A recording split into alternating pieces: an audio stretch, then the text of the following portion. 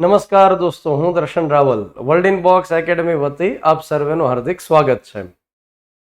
આપણે જે free online બેચની સિરીઝ સ્ટાર્ટ કરી છે એમાં આ 71મો લેક્ચર રહેલો છે. ડેઈલી રાત્રે 9 કલાકે જે અલગ અલગ વિષય ઉપર આપણે કામ કરીએ છીએ એમાં આ તમે 71મો લેક્ચર જોઈ રહ્યા છો. જે વિદ્યાર્થીઓ પહેલી વખત આ સિરીઝને જોઈ રહ્યા હશે એમણે અગાઉના લેક્ચર્સ જોઈ લેવા. પદ્ધતિસર અને ડે ટુ ડેનું ટાઈમ ટેબલ આપણે આપીએ છીએ વિદ્યાર્થીઓને, અને જે વિદ્યાર્થીઓ લાંબા ટાઈમથી સંકળાયેલા છે એમને ચોક્કસથી લાભ મળતો હશે.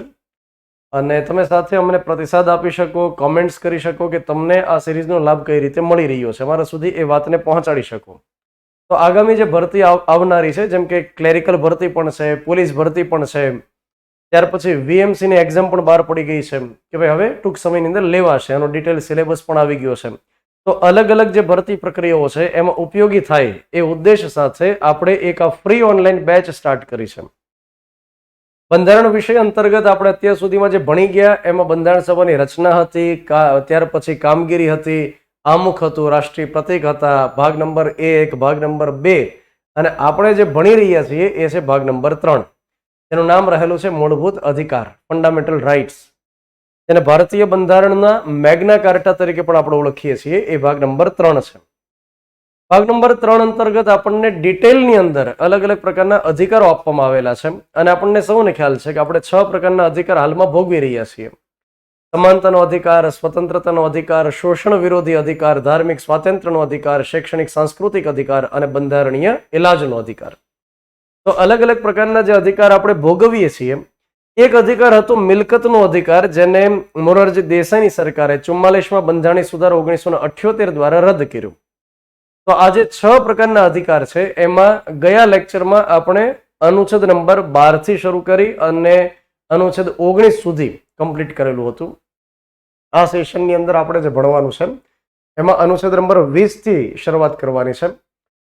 સ્વતંત્રતાનો અધિકાર જે 19 નંબરથી શરૂ થાય છે, તો 19, 20, 21 અને 22 ત્યાં સુધી સ્વતંત્રતાનો અધિકાર છે.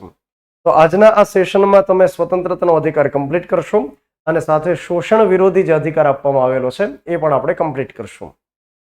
અનુચ્છેદ નંબર 19 જે આખું ઝુમખું રહેલું છે, જેમાં વાણી અને અભિવ્યક્તિની છૂટ, ત્યાર પછી હથિયાર વગર શાંતિપૂર્વક એકઠા થવાની છૂટ, સંઘ અથવા મંડળ રચવાની સ્વતંત્રતા, દેશના કોઈ પણ ભાગમાં હરવા ફરવાની સ્વતંત્રતા, દેશના કોઈ પણ ભાગની અંદર સ્થાયી થવાની સ્વતંત્રતા, અને ત્યાર પછી દેશના કોઈ પણ ભાગમાં વ્યાપાર કરવાની સ્વતંત્રતા. 19(1)(f) જે મિલકત ધરાવવાની સ્વતંત્રતા હતી એને રદ કરેલી, અને હવે આપણે જે ભણીએ છીએ એ 20 નંબર રહેલું છે. 20 નંબરનું હેડિંગ એ પ્રકારનું છે કે ગુના સંબંધી અથવા તો દોષ સિદ્ધિ સામે રક્ષણનો અધિકાર. ભારતીય બંધારણ અંતર્ગત બંધારણના ઘડવૈયાઓએ એ પ્રકારની સહિષ્ણુતા દેખાડેલી છે કે જે વ્યક્તિ એક વખત ગુનેગાર સાબિત થાય, યાદ રાખજો કે જે વ્યક્તિ ગુનેગાર સાબિત થાય એમને પણ કેટલાક રક્ષણ આપેલા છે, અથવા તો જ્યારે એ ગુનેગાર સાબિત થાય એ વચ્ચેની જે પ્રક્રિયા હોય એ દરમિયાન પણ એમના કેટલાક રાઇટ્સ રહેલા છે. જે ક્રાંતિકારીઓ હતા, જે વ્યક્તિઓ એ સમયે સ્વતંત્રતા આંદોલનમાં સંકળાયેલા હતા, એ વ્યક્તિઓને જ્યારે પકડવામાં આવતા તો અંગ્રેજ શું કરતા, એમને કાયદાની અંદર ફિટ કરી દેતા, એને સાણસામાં ફિટ કરી દેતા. તો એ બાબતમાંથી શીખ્યા બંધારણના ઘડવૈયાઓ, અને કીધું કે આગળ જતા સરકાર આ પ્રકારની પ્રવૃત્તિઓ નહીં કરી શકે. પહેલી બાબત આપણને એ કહેવા માંગે છે કે પ્રવર્તમાન કાયદા અનુસાર સજા થશે. પ્રવર્તમાન કાયદા અનુસાર સજા થાય એનો મતલબ એ થાય કે જે વ્યક્તિએ જે સમયે ક્રાઇમ કર્યો છે એ સમયે જે કાયદો પ્રવર્તમાન હોય એ જ એને લાગુ થશે. એવું નહીં બને કે એક વખત કોઈ વ્યક્તિએ ગુનો કરી નાખ્યો, એના પછી સરકાર એ કાયદાને એકદમ કડક કરી નાખે અને કડક જોગવાઈ કાયદાની એ વ્યક્તિ ઉપર લાગુ કરવામાં આવે. એવું ક્યારેય નહીં થાય. તો જે સમયે જે વ્યક્તિ ક્રાઇમ કરે એ સમયે પ્રવર્તમાન જે કાનૂન હોય, જે કાયદો હોય એ જ મુજબ એને સજા કરવામાં આવશે. પરંતુ ખાસ યાદ રાખવાનું છે કે આ જે જોગવાઈ છે એ માત્ર ને માત્ર જે ફોજદારી બાબત રહેલી છે એમાં લાગુ થશે. આ જે જોગવાઈ છે એ દીવાની બાબતમાં ક્યારેય લાગુ થતી નથી. એનો મતલબ એ થાય કે ફેમિલી લોઝ જેટલા આવેલા છે, મતલબ કે છૂટાછેડા સંબંધી બાબત હોય, લગ્ન સંબંધી બાબત હોય, વારસાઈ હક બાબતની વાત હોય, અથવા દત્તક પુત્ર સંબંધી કોઈ બાબત હોય, તો એ જે દીવાની બાબતો રહેલી છે, ત્યાર પછી ભાઈ અને ભાઈ વચ્ચે જમીનની વહેંચણીને લઈને કોઈ ડખો થઈ ગયો હોય, તો એ પ્રકારની બાબતો દીવાની મેટર્સ છે. અને દીવાની બાબતની અંદર જે અપડેટેડ જે કાયદો રહેલો છે એ એને લાગુ પડશે, મતલબ કે જે એકદમ લેટેસ્ટ કાનૂન હશે, જે ફેરફાર કરવામાં આવ્યો હશે એ દીવાની બાબતમાં લાગુ થશે. તો આ જે મેટર છે માત્ર કોને લાગુ પડશે? ફોજદારી બાબતની અંદર લાગુ પડશે. કેમ કે હું તમને એક એક્ઝામ્પલ આપું, એક કેસ સ્ટડી આપણે કરીએ. ડિસેમ્બર 2012 ની અંદર, ડિસેમ્બર 2012માં જ્યારે નિર્ભયા કેસ સામે આવેલો હતો કે રાષ્ટ્રીય રાજધાની પ્રદેશ જે રહેલું છે દિલ્હી, તો નિર્ભયા કેસ અંતર્ગત વિગત આપણને સૌને ખ્યાલ છે કે જ્યારે એક મહિલા હતી, મતલબ એક છોકરી હતી અને એ ફિઝિયોથેરાપીની સ્ટુડન્ટ હતી અને એનો એક જે મિત્ર હતો, પુરુષ મિત્ર હતો, એ બંને જણા જ્યારે એક પિક્ચર જોવા માટે ગયેલા, પિક્ચર જોયું જેનું નામ હતું લાઈફ ઓફ પાઈ કરીને, એ સમયનું પિક્ચર હતું. તો એ પિક્ચર જોઈને આવ્યા, ત્યાર પછી એ પોતે જ્યારે ઘરે જવા માટે બસમાં બેઠા, તો બસની અંદર જે 6 નરાધમ નાલાયક વ્યક્તિઓ હતા, તો એ વ્યક્તિઓ શું કર્યું કે એ જે મહિલા હતી, જે છોકરી હતી, એની સાથે દુષ્કૃત્ય આચર્યું, એની સાથે ખૂબ ખરાબ રીતે મારપીટ કરી અને જે પેલો એક પુરુષ હતો એમની સાથે પણ ખૂબ ખરાબ એવું બિહેવ કર્યું, એમની સાથે પણ મારપીટ કરી. તો આખી જે ઘટના છે એને આપણે કહીએ છીએ નિર્ભયા કેસ. હવે એ સમય દરમિયાન જે અલગ અલગ 6 આરોપીઓ પકડાયા હતા, એમાંથી એક વ્યક્તિ રામસિંહ કરીને હતો, એમણે તો જેલમાં ગળા ફાંસો ખાઈ લીધું. એક વ્યક્તિ હતો જેનું નામ હતું અફરોઝ. આ જે વ્યક્તિ હતો એ સગીર વયનો વ્યક્તિ હતો. સગીર વયનો મતલબ થાય કે એની ઉંમર હજી 18 વર્ષ નહોતી થઈ, 18 વર્ષ કરતા નાની ઉંમરનો વ્યક્તિ હતો. એ સમય દરમિયાન એક કાનૂન હતો કે જે વ્યક્તિ 18 વર્ષનો નથી એને માઇનર ગણવામાં આવશે અને એ કોઈ પણ પ્રકારનો ગંભીરમાં ગંભીર ગુનો કરશે તો એને મહત્તમમાં મહત્તમ જે સજા થશે એ 3 વર્ષની શિક્ષા હશે. મેક્સિમમ એને જે સજા કરવામાં આવશે એ 3 વર્ષની શિક્ષા હોઈ શકશે. ડિસેમ્બર 2012 ની અંદર જ્યારે ઘટના બની ત્યાર પછી દેશભરની અંદર હોબાળો થયો અને એક સુપ્રીમ કોર્ટના રિટાયર્ડ જજ હતા જેનું નામ હતું JS વર્મા. આ JS વર્માની અધ્યક્ષતામાં એક કમિટી બનાવવામાં આવી અને આ કમિટી બની 2013માં. આ કમિટીએ સરકારને સજેશન આપ્યું કે હવે આ જે માઇનરની ડેફિનેશન છે એમાં ચેન્જ કરવામાં આવે, કેમ કે આજકાલ એવા કેસીસ બને છે કે જેમાં 16 થી 18 વર્ષની વચ્ચેની વ્યક્તિ હોય એ ગંભીરમાં ગંભીર પ્રકારનો ગુનો કરે છે. એટેમ્પ્ટ ટુ મર્ડર હોય, અપહરણ હોય, ત્યાર પછી લૂંટફાટ હોય, ધાડ પાડવાના ગુના હોય, કોઈને ધાક ધમકી આપવાના ગુના હોય, તો એકદમ ગંભીર પ્રકારના ગુનાઓ આ 16 થી 18 વર્ષની વયના વ્યક્તિઓ કરી શકે છે. તો આપણે એક કામ કરીએ કે એવો કોઈ કાનૂન બનાવીએ, એવો કોઈ ફેરફાર કરીએ કે જેમાં 16 થી 18 વર્ષની વયની વચ્ચેની વ્યક્તિ હોય અને ગંભીર ગુનો કરે તો એને ગંભીર સજા જ કરવામાં આવે. એક પુખ્ત વયના વ્યક્તિની જેમ સજા થાય એવી જ સજા એને કરવામાં આવે. JS વર્મા સમિતિની ભલામણના આધારે કેન્દ્ર સરકારે એક નવું કાનૂન લઈ આવ્યા અને એ કાનૂન લઈ આવ્યા વર્ષ 2015માં, જેનું નામ રહેલું છે juvenile justice act. Juvenile justice act મતલબ એનું આખું નામ તો એ પ્રકારનું રહેલું છે કે juvenile justice care and protection act 2015. અને આ સવાલ પરીક્ષામાં પૂછવામાં આવેલો કે આ કાનૂન કયા વર્ષે લાવવામાં આવેલો? 2015 ની અંદર લાવવામાં આવેલો. ઘટના શું બની કે જે ડિસેમ્બર 2012માં ઘટના બની, અફરોઝને પકડ્યો, એના 3 વર્ષ કમ્પ્લીટ થયા, એ વ્યક્તિ બહાર નીકળી ગયો. એટલે ત્યાર પછી દિલ્હીની અંદર કેટલાક વ્યક્તિઓએ સુપ્રીમ કોર્ટમાં અરજી કરી કે આ જે અફરોઝ છે એને છોડી દેવામાં ન આવે, એને ફરીવાર પકડવામાં આવે અને એ વ્યક્તિને નવા બદલાયેલા કાનૂન મુજબ સજા કરવામાં આવે. સુપ્રીમ કોર્ટે કીધું કે એ ન થઈ શકે, કેમ કે ભારતીય બંધારણમાં અનુચ્છેદ 20(1) રહેલો છે જેમાં લખવામાં આવ્યું છે કે પ્રવર્તમાન કાયદા અનુસાર સજા થશે. અફરોઝે જે સમયે ક્રાઇમ કર્યો એ સમયે કાનૂન શું કહેતો હતો? કાનૂન એમ કહેતો હતો કે જે વ્યક્તિ 16 થી 18 વર્ષની વચ્ચેની હોય એને કોઈ પુખ્ત ગણવામાં નહીં આવે, એને માઇનર જ ગણવામાં આવશે. 18 વર્ષથી નાની હોય તો માઇનર જ ગણવામાં આવશે.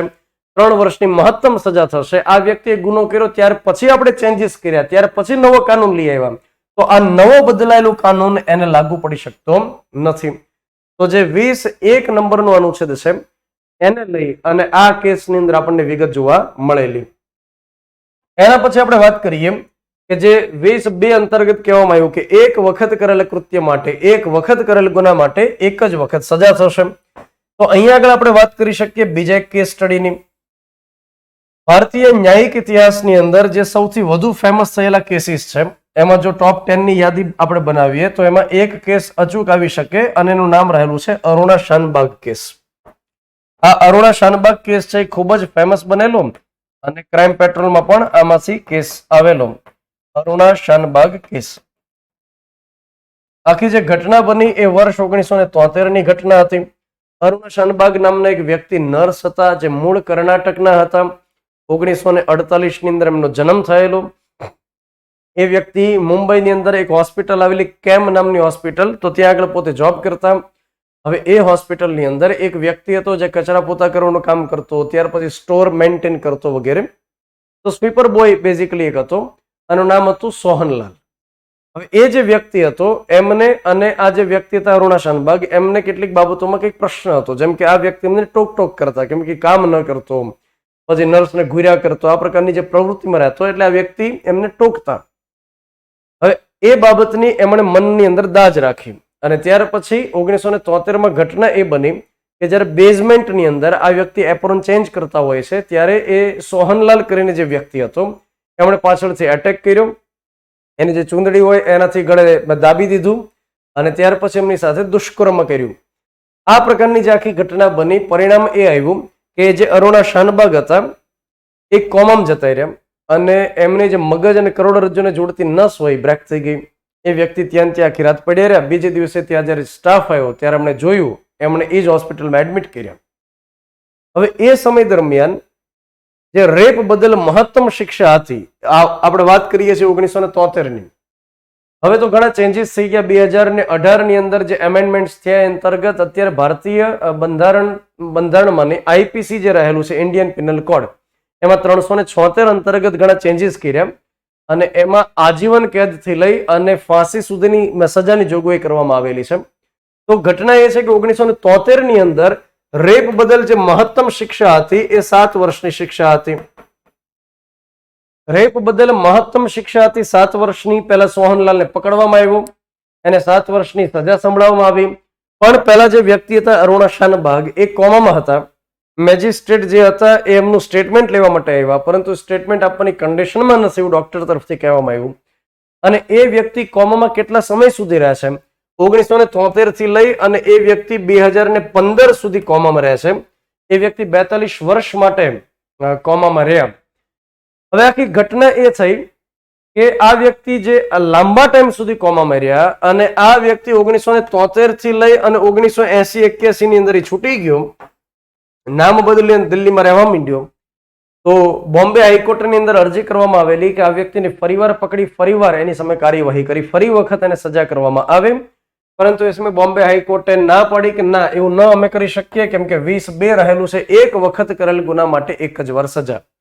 મતલબ કે એક વખત જે વ્યક્તિએ ગુનો કર્યો, જેની સામે ઇન્સાફી કાર્યવાહી થઈ, જેને સજા કરવામાં આવી, એ જ ગુના માટે ફરીવાર એ ફાઇલને રીઓપન કરી, ફરીવાર ઇન્સાફી કાર્યવાહી કરી, ફરીવાર એને સજા ન કરી શકાય. તો એક વખત જ્યારે કોઈ વ્યક્તિ ગુનો કરશે તો એને એક જ વખત સજા કરી શકશે. એ જ ગુના માટે ફરી એની ઉપર કાર્યવાહી નહીં કરી શકાય. અને ત્યાર પછી લખવામાં આવ્યું છે પોતાની વિરુદ્ધ પુરાવા આપવા માટે બળજબરી ન કરી શકાય. જે વ્યક્તિ આરોપી તરીકે પકડાય છે, પોલીસ વાળા કે તપાસ કરતી એજન્સી એની પર ક્યારેય ફોર્સ નહીં કરે કે તું કબૂલાતનામું આપી દે, અથવા તો ફોર્સ નહીં કરે કે હા તું તારા વિરુદ્ધ પુરાવા આપી દે. દરેક વ્યક્તિને રાઇટ ટુ ડિફેન્સ કરવાનો અધિકાર છે. પોતાને એ નિર્દોષ સાબિત કરવાનો એની પાસે અધિકાર છે. અને એટલા માટે પોલીસ કે તપાસ કરતી એજન્સી જે તે વ્યક્તિ વિરુદ્ધ પુરાવા આપવા માટે બળજબરી ન કરી શકે. તો પરીક્ષાની દ્રષ્ટિએ ખૂબ અગત્યનો એવો આ અનુચ્છેદ છે 20 નંબર, ગુના સંબંધી રક્ષણનો અધિકાર. એના પછી આપણે આગળ વધીએ અને ખૂબ સરસ એક અધિકાર આપણને આપવામાં આવ્યો, જેમાં લખવામાં આવ્યું છે જીવન જીવવાનો અધિકાર. રાઇટ ટુ લીવ, મતલબ મસ્ત રીતે તમે જીવન જીવી શકો એના માટેનો અધિકાર છે.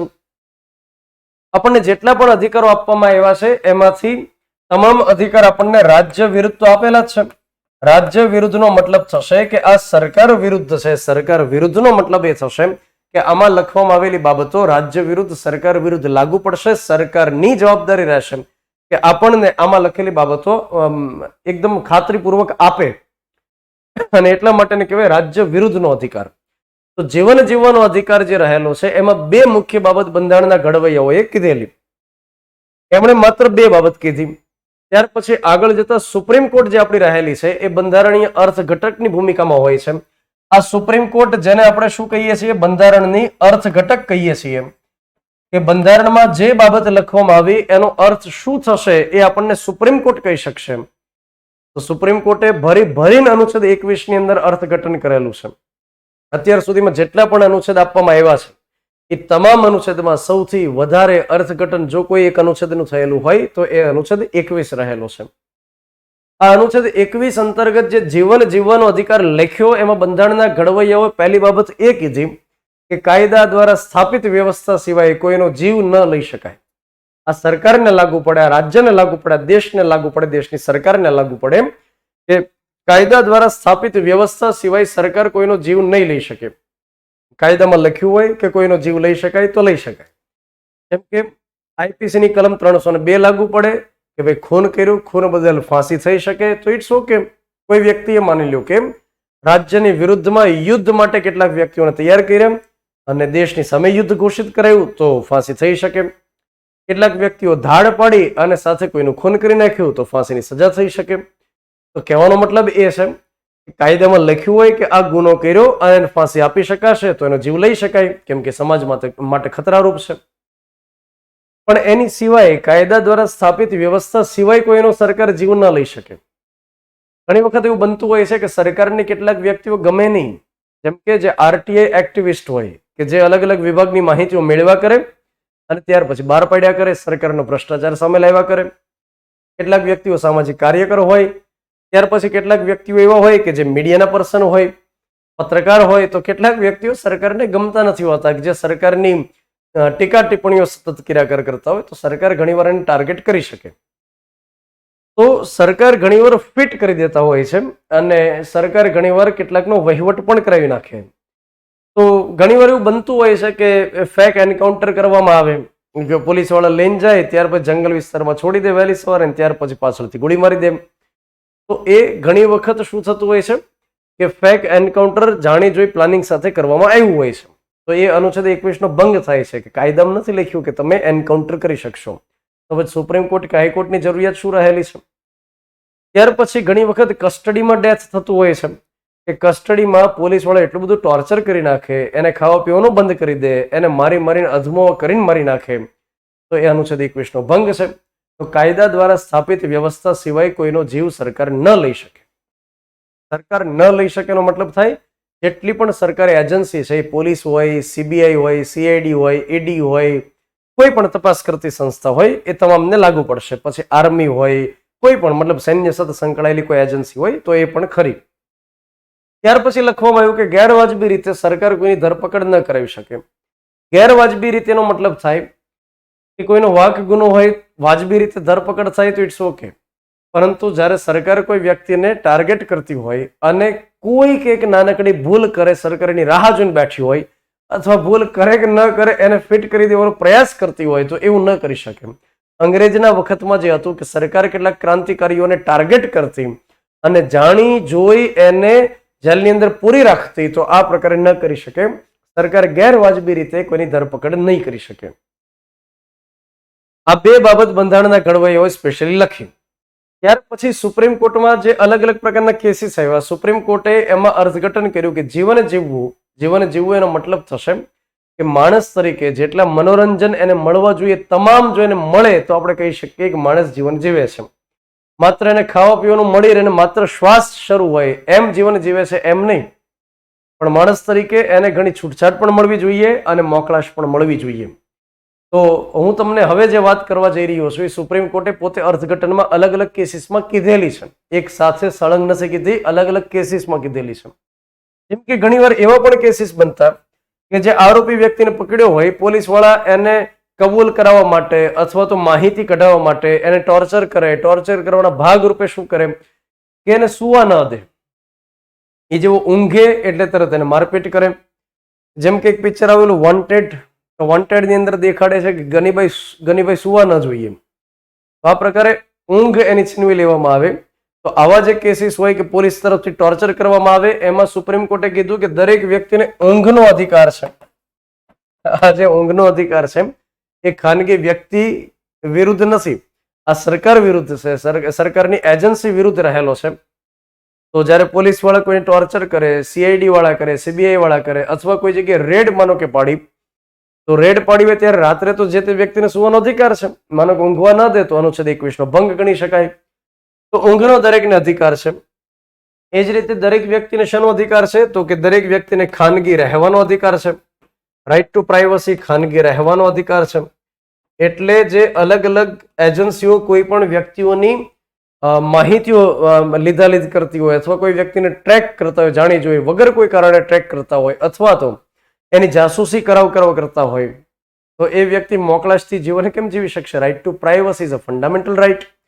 ખાનગી રહેવાનો દરેકને અધિકાર છે.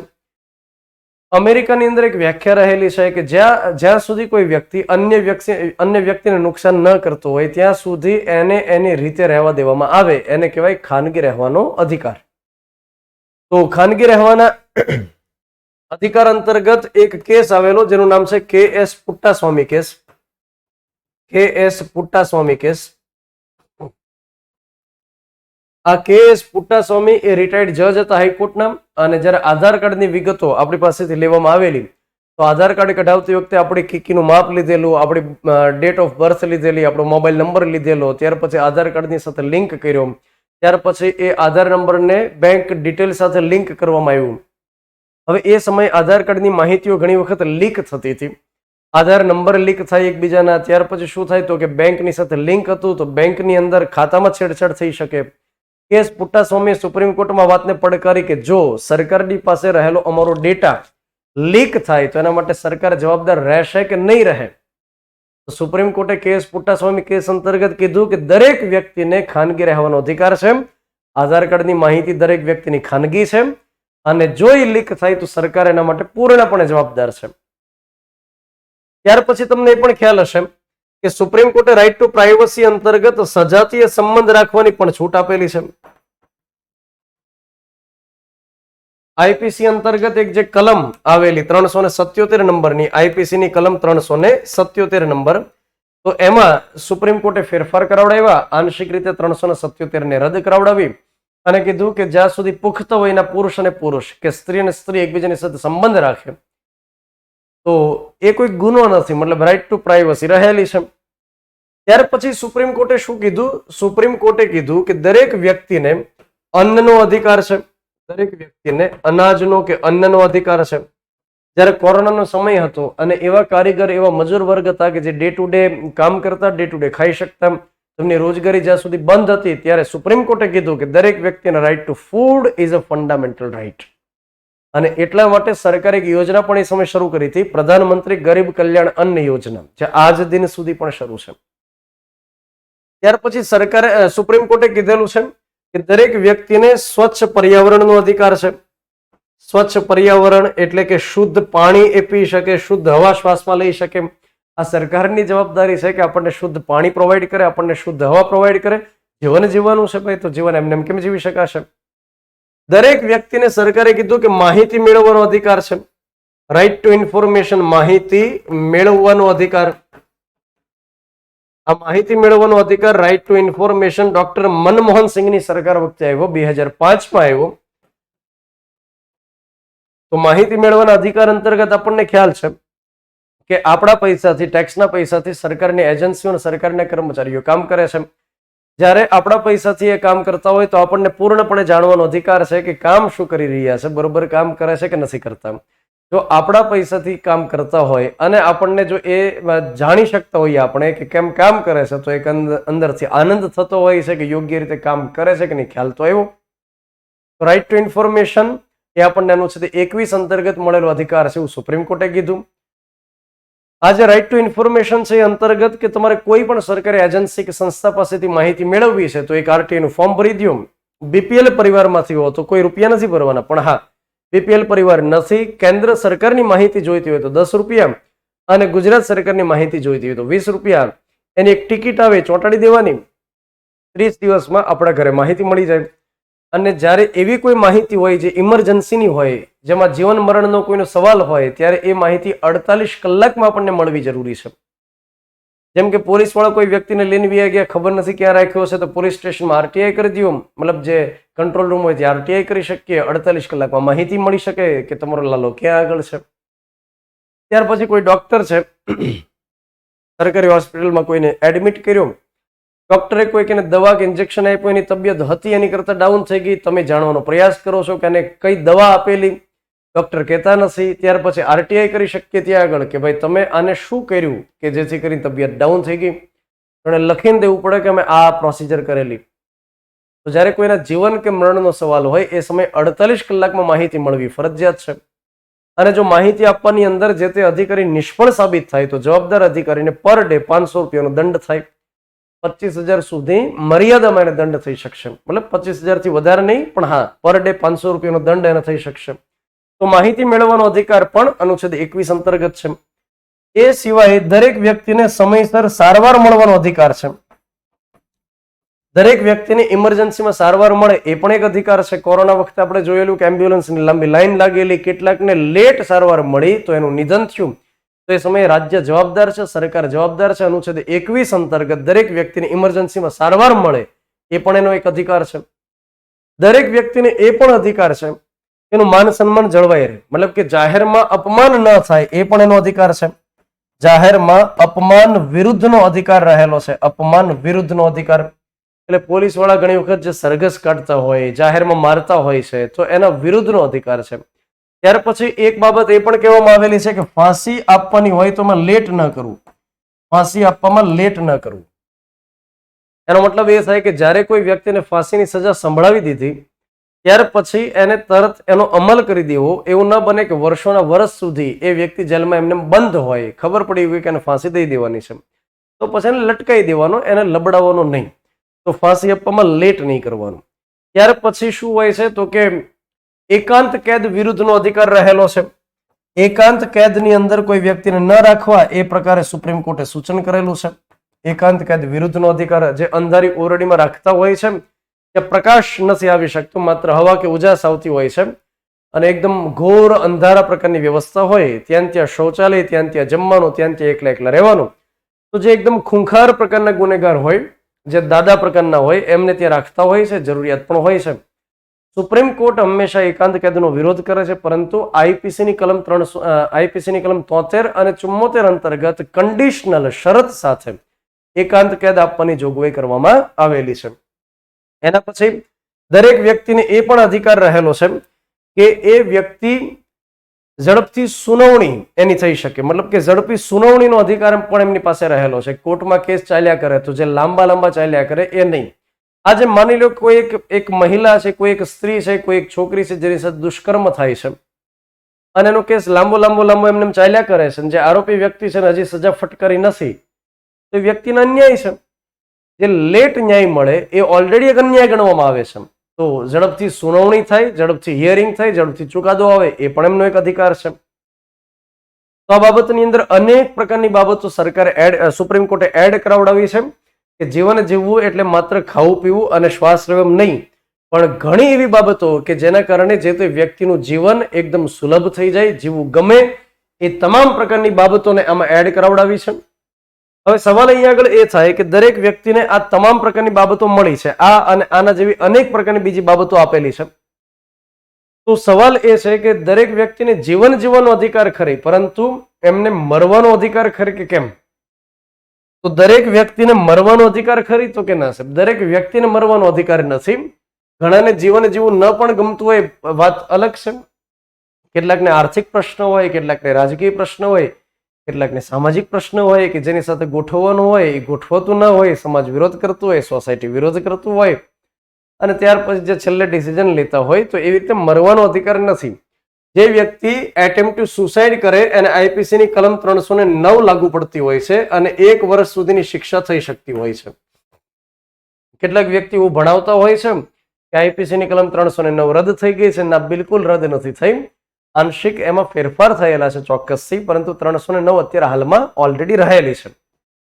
પણ એવા જે વ્યક્તિ હોય કે જે અસાધ્ય બીમારીથી પીડાતા હોય એમને ઈચ્છા મૃત્યુનો અધિકાર ખરી.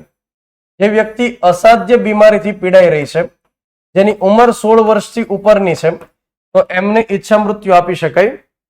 એ વ્યક્તિ પીડાઈ રહી છે અને પીડાતી વ્યક્તિ દરેક પ્રકારની એક્ટિવિટી માટે અન્ય ઉપર આધાર રાખે છે, તો એનું ગૌરવ કઈ રીતે જળવાતું, એ બરોબર જીવન કેમ જીવી શકે? તો અલ્ટિમેટલી અનુચ્છેદ 21 નો ભંગ થાય છે. એ વ્યક્તિ રીબાતી જીવે છે, એ અનુચ્છેદ 21 નો ભંગ થાય છે. તેને મુક્ત કરી દેવામાં આવે, એમને મોક્ષ આપી દેવામાં આવે, એટલા માટે અનુચ્છેદ 21 રહેલો છે. અને 21 અંતર્ગત વર્ષ 2018 ની અંદર સુપ્રીમ કોર્ટમાં એક એનજીઓ રહેલી જેનું નામ રહેલું કોમન કોઝ. કોમન કોઝ નામની એનજીઓ રહેલી. એનજીઓ નો મતલબ થાય નોન ગવર્મેન્ટ ઓર્ગેનાઇઝેશન, બિન સરકારી સંગઠન. એમણે સુપ્રીમ કોર્ટમાં અરજી કરી. સુપ્રીમ કોર્ટની અંદર જે 5 જજની બેન્ચ બેઠેલી એમણે બહુમતી સાથે ચુકાદો આપ્યો અને ઈચ્છા મૃત્યુના અનુચ્છેદ 21 નો ભાગ ગણાવ્યો. તો આ જે ઈચ્છા મૃત્યુ રહેલું છે એ અસાધ્ય બીમારીથી પીડાતી વ્યક્તિ, 16 વર્ષથી ઉપરની વ્યક્તિ હોય અને એક લિવિંગ વિલ તૈયાર કરવામાં આવે, વસિયતનામું, લિવિંગ વિલ.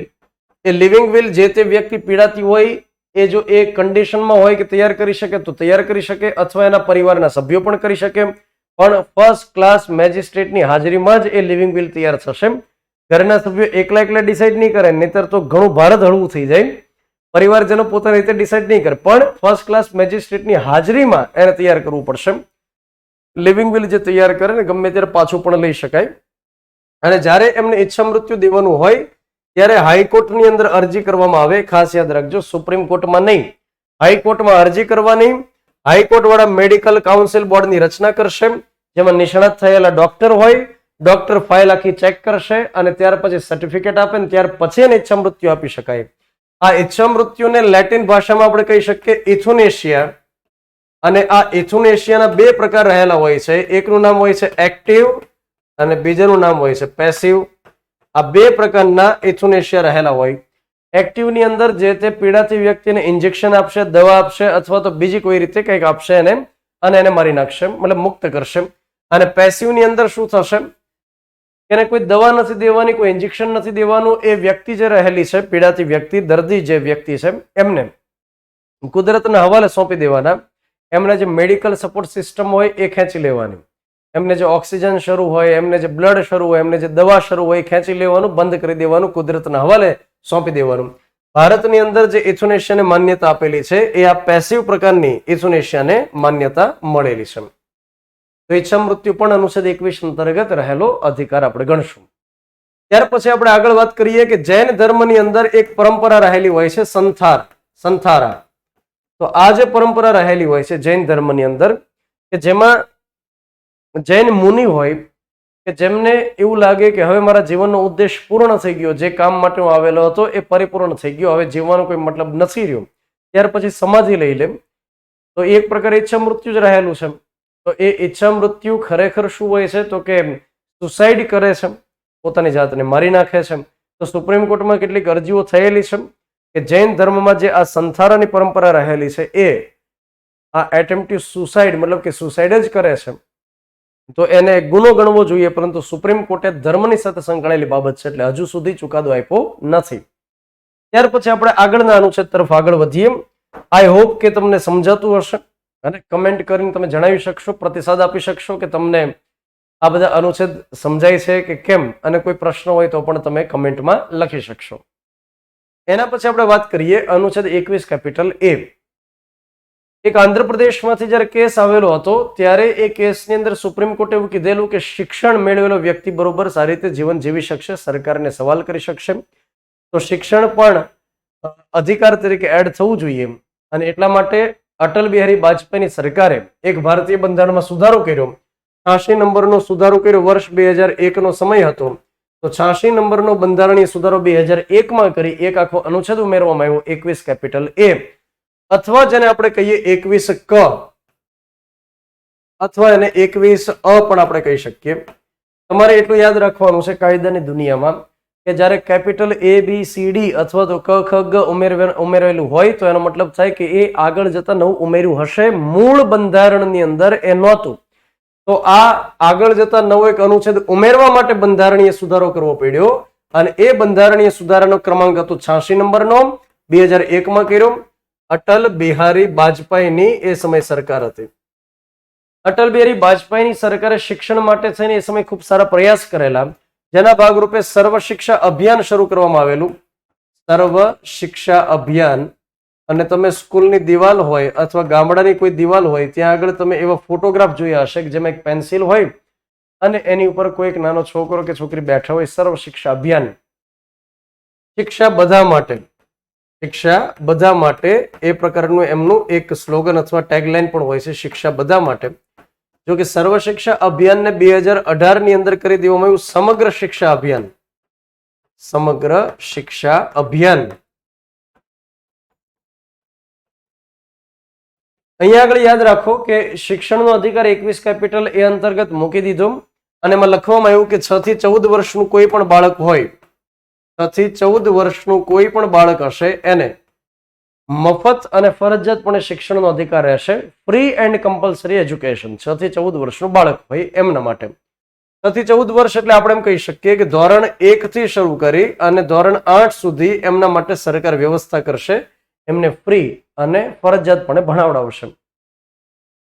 ઘણા એવા બાળકો હોય છે કે જે પ્રાઇવેટની ફી એફોર્ડ ન કરી શકે, જેના માતા પિતા કે વાલીની કન્ડિશન સારી નથી, તો સરકાર એમ કહે છે કે તમે જે જગ્યાએ રહેતા હશો એની આસપાસમાં સરકારી સ્કૂલ નહીં હોય તો તમારા માટે અમે વ્યવસ્થા કરશું કે તમે જે જગ્યાએ રહ્યો એના 5 કિલોમીટરની રેડિયસમાં, 5 કિલોમીટરના એરિયામાં જે પ્રાઇવેટ સ્કૂલ હશે ત્યાં પણ તમારું એડમિશન થઈ જશે.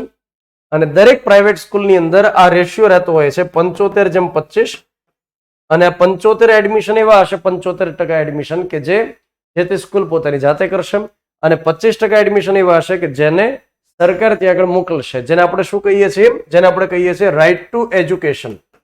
Right to education act 2009. 2009 ની અંદર આ પણ ડોક્ટર મનમોહન સિંહની સરકાર હતી. રાઇટ ટુ એજ્યુકેશન, શિક્ષણ મેળવવાનો અધિકાર. અહીંયા આગળ જે જોગવાઈ કરી દીધી, ભારતીય બંધારણમાં કોઈ માત્ર સ્ટેટમેન્ટ લખી દેવાથી વ્યવસ્થા ન થાય, એ સ્ટેટમેન્ટને લાગુ કરવા માટે આગળ જતા સરકારે કાયદો બનાવવો પડે, અને એ કાયદો સંસદે બનાવ્યો 2009માં, રાઇટ ટુ એજ્યુકેશન, જેનો અમલ કર્યો 1 એપ્રિલ 2010 થી. એટલે એની પછીના સત્રથી એનો અમલ કરવામાં આવ્યો 1 April 2010. Right to education act અંતર્ગત 6 થી 14 વર્ષના બાળકોને ફ્રી એજ્યુકેશન આપવામાં આવે, અને સાથે જે ટ્રાન્સજેન્ડર વ્યક્તિ હોય છે એમને 18 વર્ષની ઉંમર સુધી ફ્રી એજ્યુકેશન આપવામાં આવે છે. સોરી, જે દિવ્યાંગ વ્યક્તિ હોય, ટ્રાન્સજેન્ડરની જે દિવ્યાંગ વ્યક્તિ હોય એમને 18 વર્ષની ઉંમર સુધી ફ્રી એજ્યુકેશન આપવામાં આવતું હોય છે. તો 21 capital A right to education ખૂબ સારો એક અધિકાર રહેલો છે.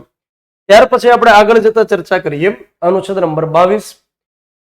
અનુચ્છેદ નંબર 22 અંતર્ગત આપણને એમ કહે છે કે ધરપકડ અને અટકાયત સંબંધી રક્ષણનો અધિકાર સરકારની એજન્સીઓ, પોલીસ વાળા હોય કે બીજી તપાસ કરતી એજન્સી, કોઈ પણ વ્યક્તિની ધરપકડ અથવા અટકાયત કઈ રીતે કરી શકે એના માટેની વાત કરી છે અનુચ્છેદ નંબર 22માં.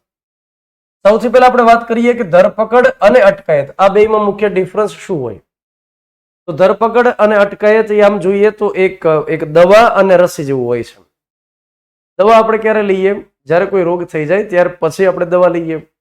અચ્છા, રસી ક્યારે લઈએ? રોગ ન થાય એના માટે આપણે રસી લઈએ, મતલબ કે પહેલેથી અગાઉથી સાવચેતીના ભાગરૂપે.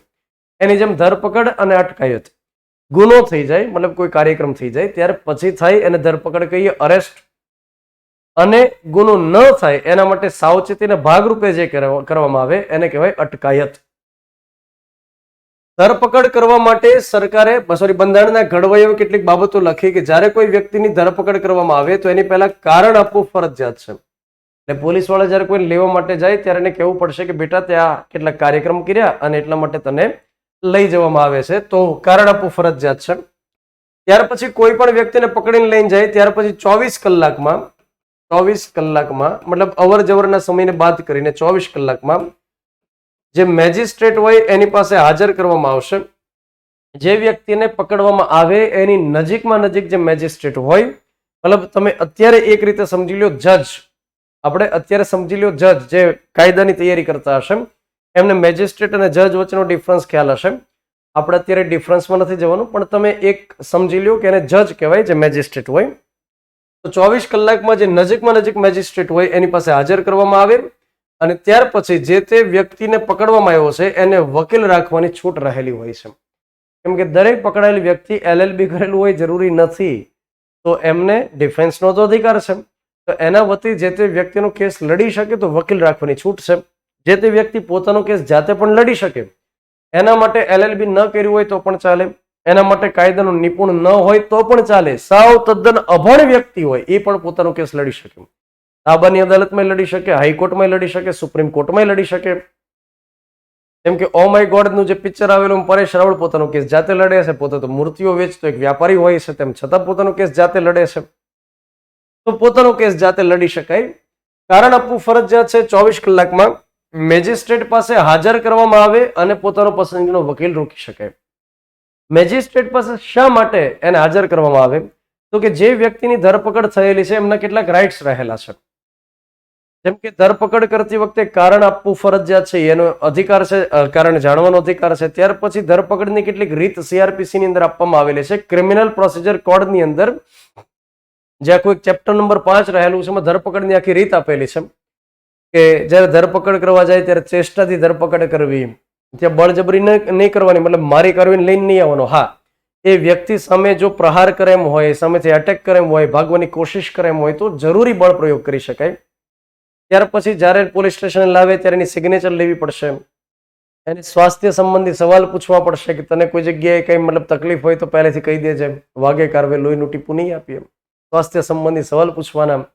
ત્યાર પછી એને એક ફોન કોલ કરવાની છૂટ હોય જેથી ઘરે જાણ કરી શકે કે તમે રાત્રે જમવામાં રાહ નહીં જોતા, હું અહીંયા જમી લઈશ. ત્યાર પછી એનું જે આખી વિગત હોય એને જિલ્લા પોલીસ કંટ્રોલ રૂમના નોટિસ બોર્ડમાં લગાડવી પડશે. આખી ધરપકડની રીત આપેલી છે. તો મેજિસ્ટ્રેટની પાસે જ્યારે આરોપી વ્યક્તિને લઈને જાય છે પોલીસ વાળા, ત્યારે મેજિસ્ટ્રેટ કન્ફર્મ કરે કે આ વ્યક્તિને રાઇટ્સ મળ્યા કે ન મળ્યા. એટલે આરોપી વ્યક્તિને પૂછે કે બેટા તને લઈને આવ્યો ત્યારે સાઇન કરાવી? તો કે હા સાહેબ. તને સ્વાસ્થ્યના સવાલ પૂછ્યા? હા સાહેબ. તને માર્યો કાઢ્યો હતો કે ના સાહેબ હજુ સુધી નહીં. તો એક કન્ફર્મ કરી શકે મેજિસ્ટ્રેટ, એટલા માટે 24 કલાકમાં એની પાસે લઈ જવાના છે. પોલીસની ઉપર જેને મૂક્યા છે મેજિસ્ટ્રેટ છે. સાથે મેજિસ્ટ્રેટ ડિસિઝન પણ લે છે કે આ વ્યક્તિએ કરેલો ગુનો ગંભીર પ્રકારનો છે તો એ બિનજામીન પાત્ર છે, જામીન નહીં મળે. અને જો બિનજામીન પાત્ર હોય તો પોલીસ કસ્ટડીમાં રહેશે કે જેલમાં જશે એ ડિસાઇડ કોણ કરશે? મેજિસ્ટ્રેટ ડિસાઇડ કરશે. એને જામીન મળશે કે નહીં એ મેજિસ્ટ્રેટ ડિસાઇડ કરશે. આ તદ્દન હળવા પ્રકારના ગુના હોય એમાં પોલીસ પણ જામીન આપી શકે, ઓન ટેબલ જામીન આપે એમ કહેવાય. પણ એ મેજિસ્ટ્રેટ જે જામીન આપવા અંગે પણ ડિસિઝન લઈ શકે. તો એના માટે આ ધરપકડની આખી રીતમાં બાબતો જણાવેલી છે. અટકાયત જ્યારે કરવામાં આવે છે કોઈ વ્યક્તિની ત્યારે કારણ આપવું જ એવું ફરજિયાત નથી, કેમ કે જે તે વ્યક્તિની અટકાયત કરવામાં આવે એણે હજી કોઈ ગુનો કરી નાખ્યો એવું નથી. ગુનો ન થાય એના માટેની અટકાયત કરે છે. ઘણી વખત એવું બને કે કોઈ જગ્યાએ હુલ્લડ થવાની શક્યતા હોય તો એ જે તે વ્યક્તિ સંકળાયેલા હોય એની અટકાયત કરી દેવામાં આવે. કોઈ વ્યક્તિ કોઈ જગ્યાએ ભડકાઉ ભાષણ દેવાના હોય તો એ ભાષણ આપે એની પહેલા અટકાયત કરી દેવામાં આવે. તો હજી કોઈ ગુનો તો કર્યો જ નથી. આ તો સાવચેતીના પગલાના ભાગરૂપે થાય છે ને એટલા માટે કારણ આપવું ફરજિયાત નથી. કારણ આપવું તો આપી શકાય પરંતુ કમ્પલસરી નથી. બીજી બાબત કે જ્યારે કોઈ વ્યક્તિને અટકાયત કરવામાં આવે તો એને 3 મહિના સુધી અટકાયતમાં રાખી શકાય. તો કે મોરારજી દેસાઈની સરકારે 44મા બંધારણીય સુધારા દ્વારા આ 3 મહિનાથી સમયગાળો ઘટાડી 2 મહિના કરેલો છે, પરંતુ હજુ સુધી આનો અમલ થયેલો નથી, કેમ કે એના માટેનું જાહેરનામું હજુ સુધી પબ્લિશ થયેલું નથી. એટલે હજી જ્યારે પરીક્ષામાં પૂછાય ત્યારે 3 મહિના આપણે ટીક કરવાનું. 3 મહિના કરતા વધારે કોઈ વ્યક્તિને અટકાયતમાં રાખવો હોય તો હાઈકોર્ટના જજની પરમિશન લઈ અને વધુ સમય માટે એને એક્સટેન્ડ કરી શકાય. તો આ ધરપકડ અને અટકાયત સંબંધી રક્ષણનો અધિકાર અનુચ્છેદ નંબર 22 અંતર્ગત આપવામાં આવેલો છે. તો આ આપણે મિત્રો સ્વતંત્રતાનો જે અધિકાર રહેલો છે કમ્પ્લીટ કર્યો. હવે આપણે જે વાત કરવાની છે એ 3જા નંબરનો અધિકાર છે, શોષણ વિરોધી અધિકાર. જે નાનકડો છે, જેમાં માત્ર 2 જ અનુચ્છેદ આપવામાં આવેલા છે, એક 23 નંબર અને એક 24 નંબર. શોષણ વિરોધી અધિકાર મતલબ એક વ્યક્તિ ભારતમાં અન્યનું શોષણ નહીં કરી શકે. ભારતની અંદર જે એક વેઠ પ્રથા રહેલી હતી એને નાબૂદ કરવા માટેની કોશિશ 23 નંબરની અંદર કરવામાં આવી. તો વેઠ પ્રથાનો મતલબ જ એ થતો કે કોઈ વ્યક્તિની પાસે જ્યારે કોઈ વ્યક્તિ કામ કરાવડાવી લે અને કામના અંતે પૈસા ન આપે તો એક જમીનદાર પ્રકારનો જે વ્યક્તિ હતો, જે સામંતશાહી હતી એમાં જે સામંત પ્રકારના વ્યક્તિ હતા એ મજૂર વર્ગ, કારીગર, ખેડૂતની પાસે કામ કરાવડાવતા અને અંતે એને કોઈ વળતર ન આપતા, મતલબ દાદાગીરી કરતા. તો વેઠ પ્રથાને જ કહેવાતી કે કામ કરાવડાવી લ્યો, પૈસા નહીં દેવાના. એને દૂર કરવા માટે આ 23 નંબર ભૂમિકા નિભાવે છે.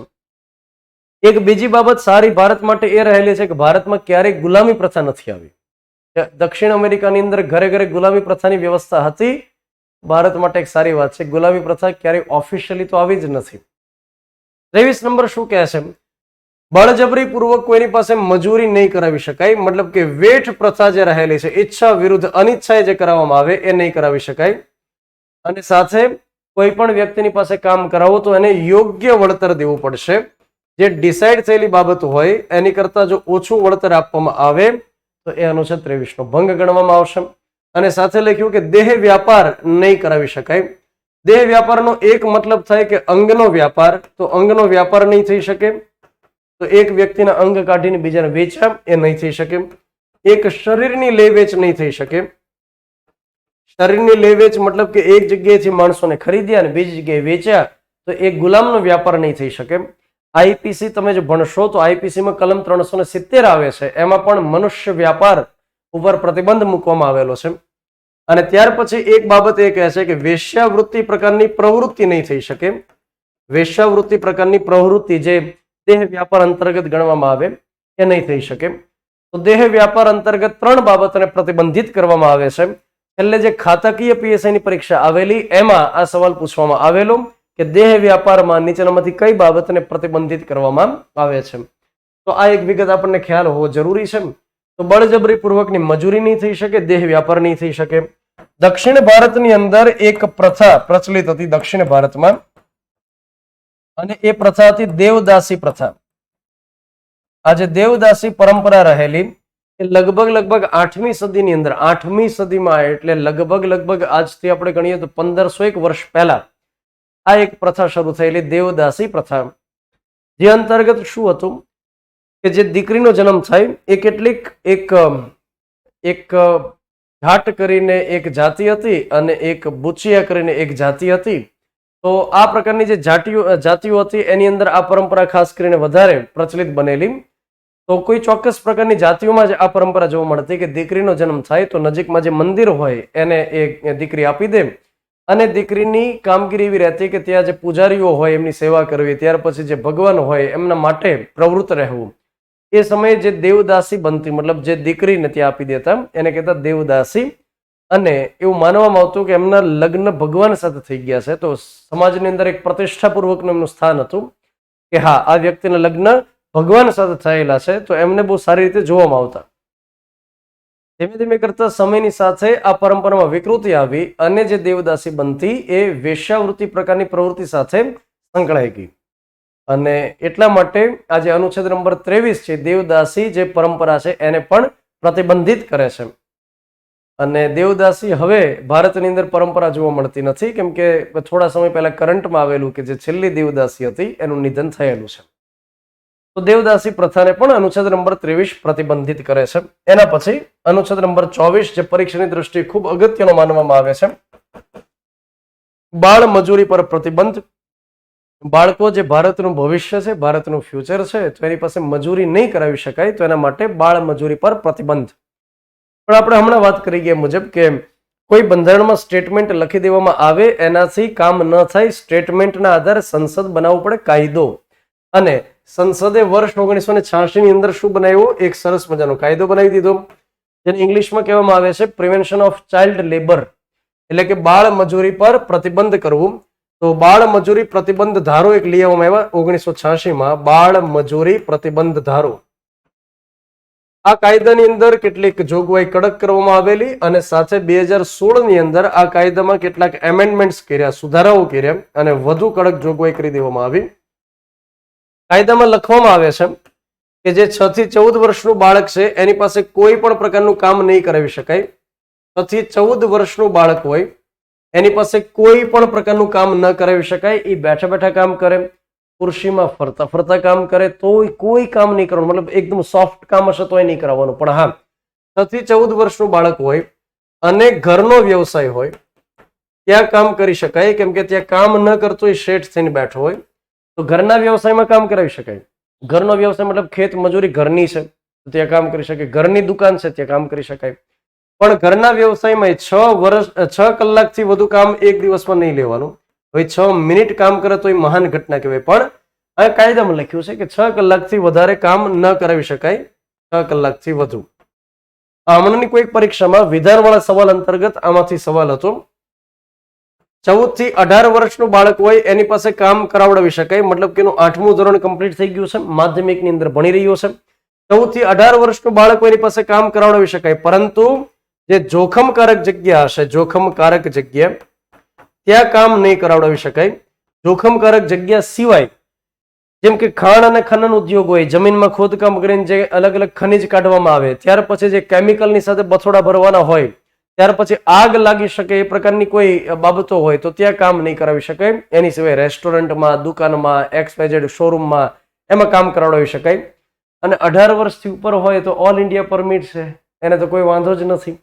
તો 6 થી 14 વર્ષનું બાળક હોય એની પાસે કામ બિલકુલ નહીં કરાવવાનું, અને 14 થી 18 વર્ષનું હોય એની પાસે કામ કન્ડિશન સાથે કરાવી શકાય.